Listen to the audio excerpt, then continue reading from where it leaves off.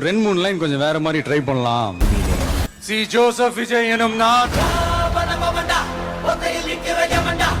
பலதரப்பட்ட மக்கள் அனைவருக்கும் நேர்மையானதை செய்வேன் என்றும் ஆண்டவன் மீது ஆணையிட்டு உறுதிமொழிகிறேன். அடுத்த 30-33 வருஷத்துக்கு அவங்களோட நான் நிக்கிறோம்னு முடிவு பண்ணிட்டேன்.